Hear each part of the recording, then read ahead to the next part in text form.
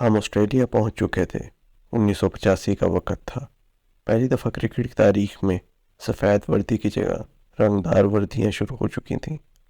50 overs का one day fashion में आ चुका था। सब कुछ बदला बदला सा लग रहा था। ये क्रिकेट का तारीखी बदलाव था। मेरे मसीहा का रूप खान साहब ले चुके थे। मैं खान साहब का फेवरेट बन चुका था और उनकी फुल शागिर्दी में आ चुका था।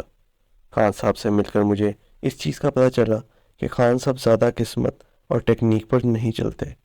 खान साहब का कहना था कि उन दोनों चीज़ों से ज़्यादा ज़रूरी चीज़ मेहनत होती है। अगर मेहनत नहीं तो कुछ नहीं। मुझे इमरान में अपना भाई नजर आने लगा था। हम सुबह इकट्ठे दिन का आगाज़ करते, इकट्ठे जॉगिंग करते, इकट्ठे खाना पीना चलता और इकट्ठे ही प्रैक्टिस होती। हाथों बात हो रही थी ऑस्ट्रेलिया की। मैच शुरू हो चुका था। खान ने बॉल मुझे पकड़ा दी और खुद भी करीब मिड ऑफ पर ही खड़ा हो गया। खान ने पूरा ओवर मुझे बता बता कर कराया, कब यॉर्कर करना है, कब बाउंसर। सब खान साहब की हिदायत पर चल रहा था। यकदम खान मेरे पास आया और बोला, इसको दोबारा बाउंसर कराओ। मैं बोला, खान जी वो अगर वो एम्पायर नो बॉल दे देगा।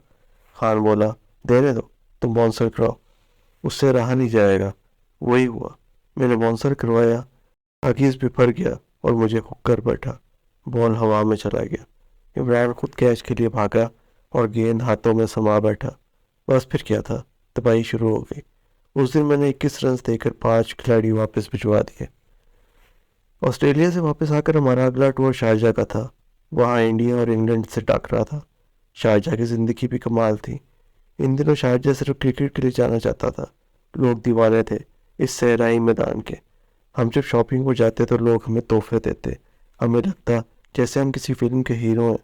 शारजा जैसे जावेद भाई का होमलैंड था। जावेद भाई को हर बंदा जानता था।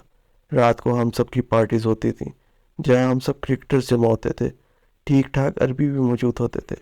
कभी कभी सुनने में आता था कि वहाँ दाऊद इब्राहिम का भी आना जाना होता था। उन दिनों वो भी वहाँ ही मुकीम था और जावेद भाई का दोस्त भी था। इसलिए बहुत बाद में उसकी बेटी की शादी जावेद भाई के बेटे से हो गई थी। बिलाखिर टूर ख़त्म हुआ। हम बुरी तरह हार भी गए और तीसरे नंबर पर आए। मैं 3 महीने बाद घर पहुंचा। इन टूर से मेरे पास 70,000 की आमदन जमा हुई थी। मैंने पाकिस्तान आते ही फौरी करोला 1975 निकलवाई और मजांग पहुंच गया। गली में गाड़ी खड़ी की और नौ दो लत्तियों की तरह दुकान वालों को कहा कि गाड़ी का ध्यान रखना। क्या करता, वो मेरी पहली गाड़ी थी। सब कुछ अच्छा चलना शुरू हो चुका था।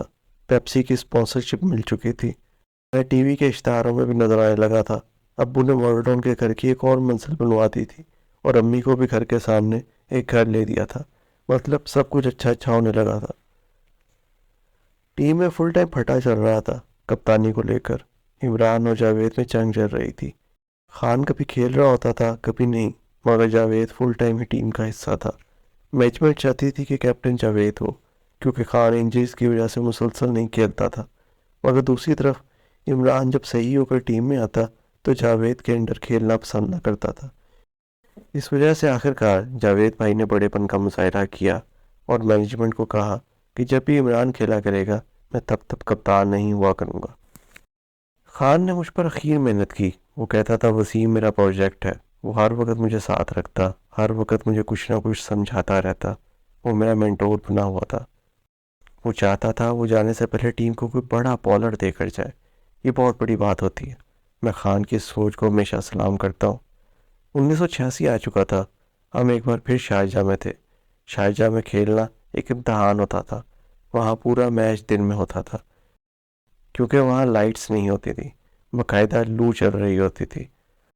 18 अप्रैल 1986 का दिन मुझे कभी नहीं भूलेगा। एक ड्रामे से भरपूर दिन जो पाकिस्तानी क्रिकेट को एक नए लेवल पर ले गया। ये दिन जावेद भाई का था, सिर्फ और सिर्फ जावेद भाई का। पाकिस्तान मुकाबला इंडिया। शारजाह का ग्राउंड था। इंडिया ने पहले खेला और हमें 245 रन चिपका दिए। दोनों टीमों को इमरान और कपिल देव कैप्टन कर रहे थे। मैंने बॉलिंग करवाई और 3 विकेटें भी ले लीं। टारगेट का पीछा शुरू हुआ, मगर हम हमेशा की तरह 110 पर 4 खिलाड़ी आउट हो गए। तब बारी आई जावेद भाई की। जावेद भाई ने हमेशा की तरह मैच को लंबा खींचना शुरू कर दिया। ये जावेद भाई का स्टाइल था।